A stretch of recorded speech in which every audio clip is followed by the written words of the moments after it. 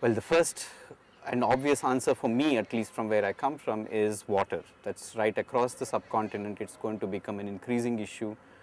We've all heard of the famous water wars that is predicted down the line, and much of this is, at least in my opinion, have very obvious answers in how they can be tackled. They're not easy, but they're obvious in how it should be done. The new cities or new developments are a lot easier to handle that way.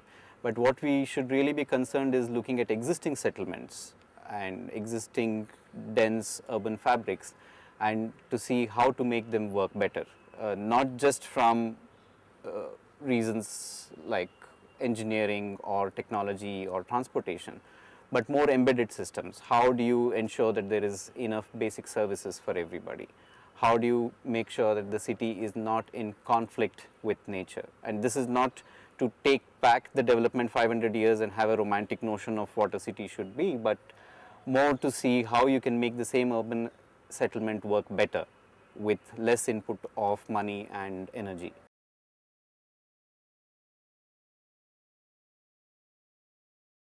There is really no single platform that addresses urban issues in an integrated manner in the country.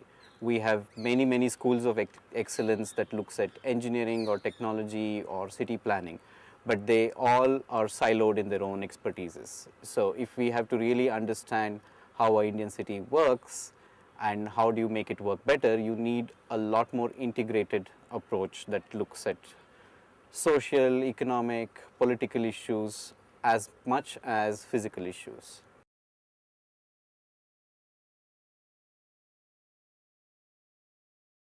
There has been a traditional divide between the two, especially so in our country, where a lot of the curriculum has been based on pro-one Western models. Now, what it was not tried and tested was to see how it can be situated in the Indian context. So the first challenge, of course, would be to develop the kind of curriculum that recognizes these challenges of what an Indian city really is and what are its challenges, and also to kind of produce, if I may use the word, the practitioners who are really ready to engage with these issues on a day-to-day basis and not just solve the problem in theory.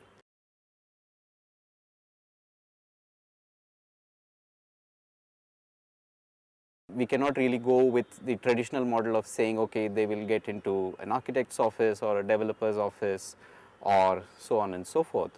But they will really have to be city practitioners, which means what Indian professionals have not been doing, which is to actually engage with the city at levels of the municipality or the ward level or the governmental level. And that is one very important space that IIHS graduates should engage in.